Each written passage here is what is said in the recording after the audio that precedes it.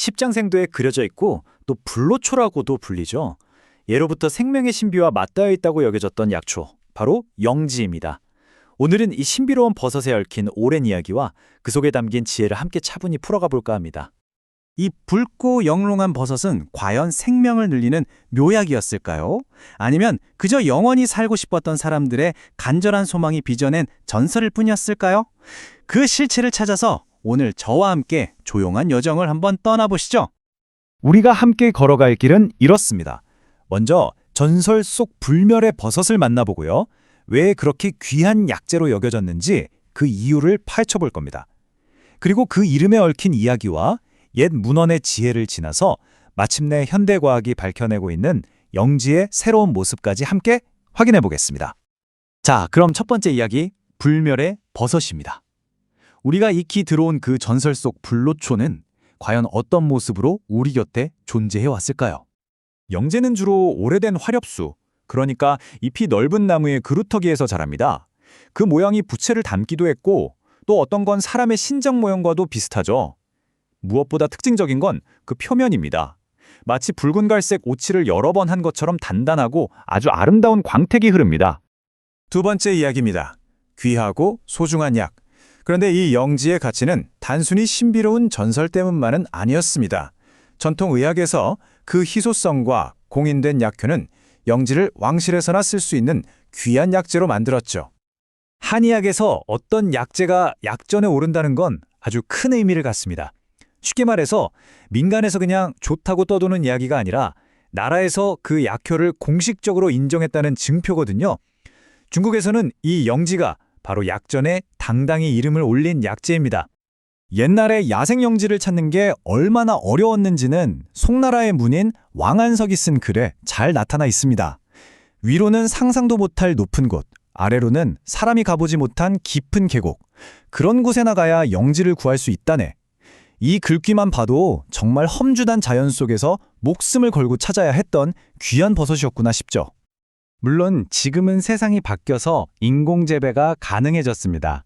하지만 국내에서 정식으로 인증받은 영지버섯 농가는 채 100곳이 되질 않아요. 이 말은 현대 기술로도 영지를 길러내는 일이 여전히 아주 섬세한 기술과 많은 정성을 요구하는 귀한 과정이라는 뜻이겠죠. 자, 이제 세 번째 여정으로 넘어가 보겠습니다. 이름 속에 담긴 이야기인데요. 영지의 여러 이름들을 살펴보면 각 시대와 문화가 이 버섯을 얼마나 경이롭게 바라보았는지를 엿볼 수 있습니다. 본래 이름인 영지, 즉 신령스러운 버섯이라는 이름 말고도 참 아름다운 이름이 많습니다.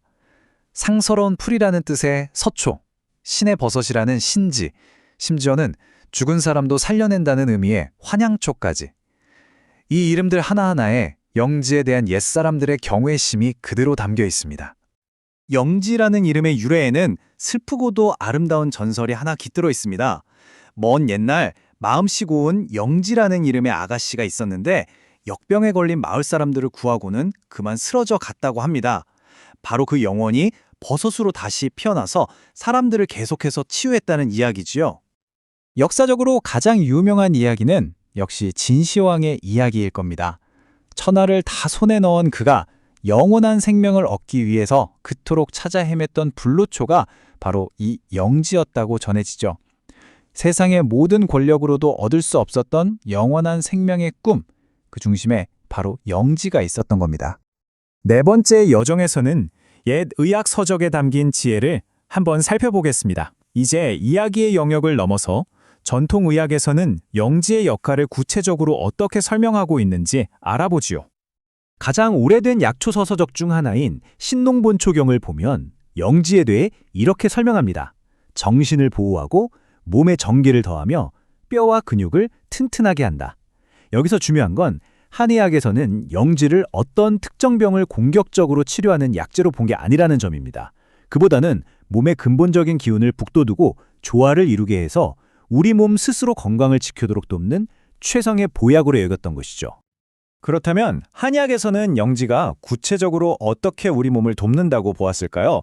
쉬운 비유를 하나 들어보겠습니다. 영지 속에 들어있는 특별한 성분은요, 소화가 돼서 사라지는 영양분이 아닙니다. 그보다는 우리 몸의 면역 시스템, 즉 경비 시스템에 보내는 일종의 신호와 같다고 생각하시면 쉽습니다. 이 신호를 받은 우리 몸의 면역세포, 그러니까 수비대가 잠에서 깨어나서 제 역할을 하도록 독려하는 것이지요. 병과 직접 싸우기보다는 우리 몸이 스스로 싸울 힘을 길러주는 방식입니다. 자, 5번째 여정입니다. 그렇다면 옛사람들은 이렇게 귀한 지혜를 실제 생활 속에서는 어떻게 활용했는지 그 쓰임새를 한번 살펴보겠습니다. 영지는 보시다시피 나무처럼 단단해서 그대로 먹을 수가 없습니다. 그래서 그 약효 성분을 물이나 다른 매개체를 통해 충분히 우려내는 방식을 사용했죠. 가장 흔한 방법은 역시 차로 맑게 달여서 꾸준히 마시는 것이었고요. 또 곡물과 함께 죽을 쑤어서 신경을 안정시키는 데 쓰거나 술에 담가서 오장을 보호하는 강한 기운을 얻고자 했습니다.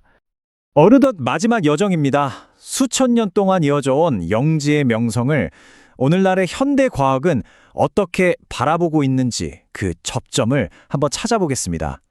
현대 과학이 영지의 힘을 들여다보니 크게 2가지 핵심 성분이 그 중심에 있었습니다. 첫 번째는 아까 우리 몸의 면역세포를 깨우는 신호라고 비유했던 베타글루칸이고요. 다른 하나는 영지 특유의 쌉쌀한 맛을 내는 트리테르펜이라는 성분인데 이 성분이 콜레스테롤이나 암세포에 어떤 영향을 미치는지에 대해 아주 활발하게 연구가 진행되고 있습니다. 그래서 오늘날의 연구는 주로 이 4가지 분야에 집중되고 있습니다. 면역 기능 조절, 항암 효과, 그리고 콜레스테롤이나 혈전과 관련된 심혈관 건강 문제, 나아가서는 기억력 같은 신경 보호 기능까지요. 여기서 좀 흥미로운 점은 이러한 현대과학의 연구 방향이 결국에는 앞서 살펴본 옛 문헌에서 말하는 영지의 전통적인 쓰임새, 즉 몸의 근본을 돕는다는 그 이야기와 맥이 정확히 닿아 있다는 것입니다. 자, 이렇게 수천 년의 경험적인 지혜와 수십 년의 현대적인 연구를 거쳐서 영지를 살펴보았습니다. 그렇다면 우리는 이 영지에 대해서 어떤 마음을 가져야 할까요? 가장 중요한 것은 무엇일까요? 가장 중요한 것은 존중하는 마음과 신중한 태도입니다. 영지는 만병통치약이 아니라 건강한 생활 속에서 우리 몸이 균형을 잡도록 돕는 귀한 약초입니다. 사람에 따라서는 드물게 어지러움이나 가려움 같은 반응이 나타날 수도 있으니 처음에는 반드시 소량으로 시작해서 몸의 반응을 차분히 살펴보셔야 합니다.